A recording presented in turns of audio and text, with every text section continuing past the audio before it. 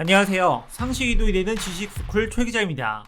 2003년 달의 저편으로 시작해 안데르센 프로젝트, 바넬과 아편, 그리고 작년에 12년 만에 887로 한국을 찾아 공연을 한 캐나다 출신의 천재적인 연출가가 있습니다. 로베르 르빠주입니다. 그는 방송이나 각종 인터뷰에서 한국에 대한 긍정적인 말들을 해왔는데요. 한국인들은 굉장히 평화주의적이고 타문화에 대해 공격적이지 않다. 한국은 굉장히 모던한 곳이고 다른 동양권 나라들의 장점만 가진 나라라고 얘기했죠. 게다가 삼면이 바다인 한국은 동양의 중심에 있는데 요즘에는 지구촌 중심으로 부상하고 있다. 보통 돈과 인구가 많고 힘을 가진 나라에서는 자신들의 나라 문화만 우월하게 보는 경향이 많지만 한국은 다양한 분야에 관심을 갖는 것뿐만 아니라 실제로 눈부신 성과를 보여주고 있다. 특히 한국은 정말 문화를 사랑하는 문화의 나라이며 예술적인 곳이라며 극찬을 하기도 했습니다. 이런 와중에 한국 주변에 있는 어떤 나라는 자신의 문화만이 우월하다 생각하다 못해 말도 안 되는 주장을 펼치고 있죠. 그 나라는 다름 아닌 중국입니다. 특히 최근에는 정말 신박한 헛소리를 해 전 세계적으로 욕을 먹고 있다는데 이번엔 또 어떤 주장을 했길래 그러는 걸까요? 영상 시작 전 좋아요와 구독 부탁드립니다. 최근 중국이 자꾸만 우리의 전통을 훔쳐가려는 움직임을 보였는데요. 그중 한복이 자신들의 전통 의상이라며 망언을 내뱉고 있는 사실을 우리 이상스쿨에서 짚었었죠. 심지어 이제는 아예 대놓고 이상한 억지까지 부리고 있는데요. 중국에 조선족이 살고 있으니 세종대왕이 만드신 한글부터 우리 민족의 전통 문화들까지 모두 자신들의 것이라며 말도 안 되는 헛소리를 하고 있는 겁니다. 이제는 이런 황당한 주장을 하는 중국이 익숙한 지경에 이를 정도인데요.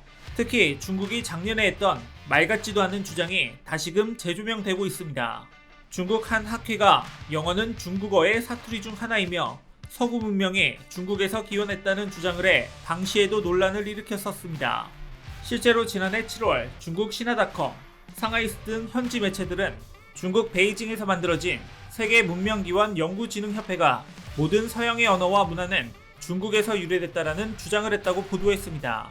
보도에 따르면 당시 베이징에서는 제1차 중국 국제 프론티어 교육 정상회의가 열렸었는데 세계 문명기원 연구진흥협회의 중국 학자들이 중국을 세계 중심으로 가정하고 연구한 결과를 발표했습니다. 참 이상하지 않나요? 아무리 중국의 자만심이 하늘을 찌르고 있다지만 그걸 한 점 부끄럼 없이 왜곡된 연구 결과를 발표한다는 게 말이에요. 학자들이 모여서 한다는 게 신빙성 없는 연구와 말도 안 되는 소설을 쓰고 앉아 있었다는 게 믿기지가 않습니다. 그중 영어가 중국어에서 유래됐다면서 당신이 영어를 말한다면 실제로는 중국어를 말하고 있는 것이라고 한 주장은 어안이 벙벙해지게 만들죠. 학회는 그 증거로 몇 가지 예시를 제시했습니다. 먼저 영어로 노란색을 뜻하는 옐로우는 낙엽을 뜻하는 중국어 낙화에서 유래됐다고 하는데요. 왜냐하면 낙화는 중국어로 옐루어라고 발음되기 때문입니다. 그렇다면 잎이 떨어지는 것을 낙화라고 말하니 결국 가을에 떨어지는 노란 낙엽을 보고 노란색인 옐로우가 나왔다는 건 어떻게 증명할 수 있을까요? 그리고 영어에서 상점을 뜻하는 쇼번, 같은 뜻의 상점에서 나온 것이라고 주장했는데 이는 중국어로 상점이 샹푸라고 발음되기 때문이라는 겁니다. 또 심장과 가슴 등을 뜻하는 하트는 사물의 중심을 뜻하는 중국어 핵심에서 유래됐다고 하죠. 단순한 우연의 일치일 가능성이 매우 높지만 중국은 이런 예들이 영어가 중국에서 기원됐다는 증거라고 강조했습니다. 그러면서 영어의 어휘가 중국어의 발음과 의미를 기준으로 알파벳 26개를 다른 방식으로 조합해 만들어낸 것이라고 설명했고 현재 영어의 발음과 표기가 현대 중국어와 다른 부분에 대해선 수백 수천 년이 지나면서 각 지역에서 발음이 변화한 것이라며 한국어와 일본어, 러시아어 역시 중국의 사투리의 일종이라는 주장까지 나왔습니다. 진짜 맨정신으로는 전혀 받아들일 수 없는 데다 개그 프로에서나 나올 법한 이야기들이 학자들에게서 나온 것도 충격이죠. 심지어 중국 언론에서는 이 말도 안 되는 이야기들을 이용해 수백 년 동안 서양 위주로 전개되는 세계 문명사는 중화민족의 문화 부흥을 가로막고 문화적 자신감을 크게 떨어뜨렸다며 세계 문명사의 본래 모습을 되찾는 것이 자신들의 목적이라고 보도했고 그걸 자랑스러워하는 중국인들을 보니 더 황당하기까지 합니다. 여기에 그치지 않고 중국은 한 발 더 나아갔는데요. 중국어가 프랑스어, 러시아어, 독일어 등 현재 사용되는 모든 서양 언어의 원천이라는 겁니다. 중국 학자들이 수십 년 동안 연구한 결과 나온 주장은 이렇습니다. 영어를 처음 사용했던 사람들이 당시 중국의 황제가 통치했던 인더스강에 살았는데 중국과 다시 접촉할 때까지 원시적인 야만인으로 살았습니다. 그래서 15에서 16세기 이전 유럽에는 역사가 없고 신화, 정설만이 있었으며 그리스, 이집트, 로마의 고대 문명이 모두 이 굴욕적인 과거를 은폐하기 위한 조작인 거죠. 게다가 18에서 19세기 유럽의 경제, 과학, 기술, 교육, 철학이 모두 중국에서 훔쳐간 것이고 심지어 마르크스의 사상도 실제 중국에서 나왔다는 겁니다. 여기까지가 중국 학자들이 수십 년 동안 연구한 결과입니다. 중국이 이렇게까지 엄청난 역사 왜곡을 하는 이유가 대체 무엇일까요? 그건 바로 마오쩌둥의 권력 투쟁으로 인해 벌어졌던 1966년 문화 대혁명 당시의 잘못 때문입니다. 이때 중국은 자신들의 고유 문화를 파괴시켜버리는 잘못을 스스로 저질러 놓고 지금 와서 소프트 파워가 전 세계에 더 큰 영향을 준다는 것을 깨닫고 무리수를 두고 있는 겁니다.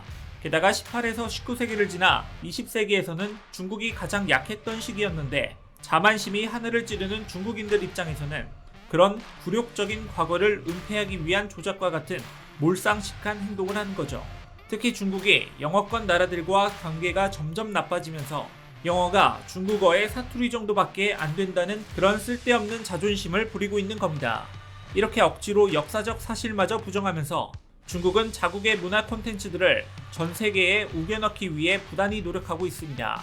하지만 중국은 자신들의 행위에 부끄러워하긴커녕 도리어 당당한 모습에 지구촌 많은 나라들이 강하게 비판하고 있는 상황입니다. 이에 반해 한국은 정말 온전히 한국이 가진 문화예술적 능력을 통해 전 세계에 선한 영향력을 미치며 한국의 소프트 파워를 제대로 보여주고 있습니다.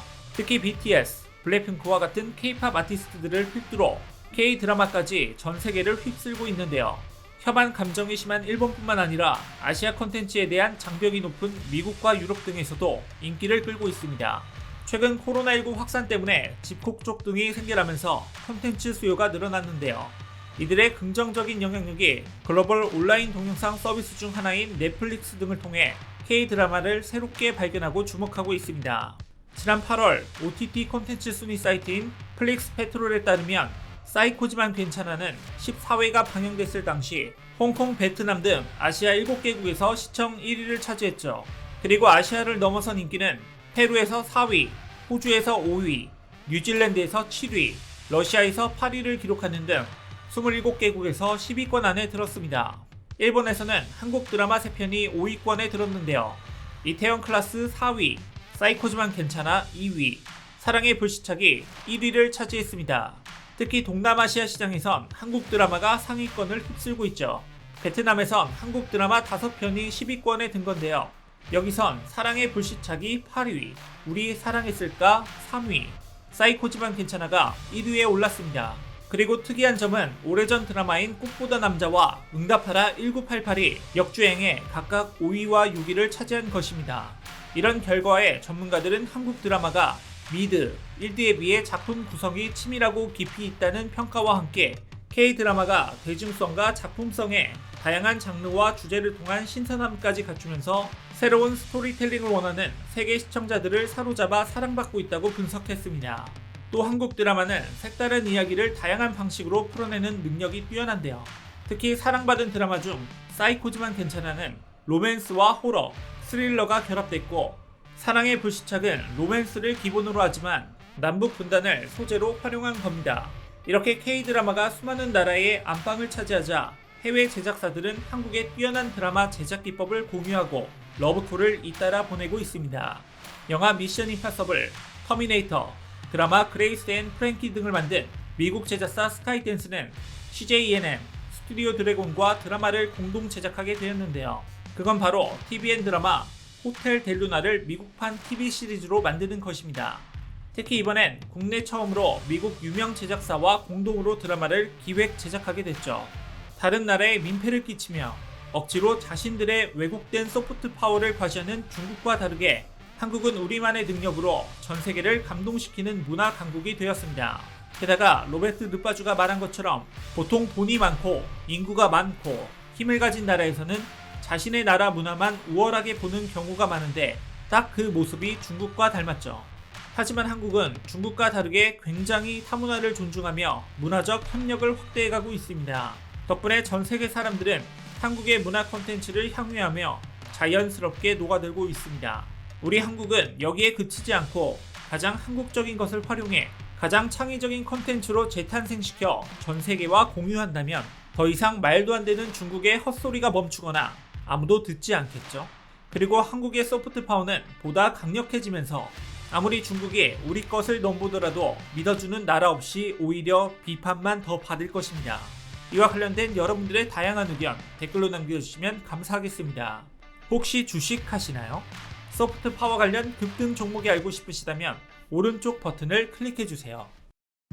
이상스쿨 주식을 모르면 이상스쿨 주식 모르니 이상스쿨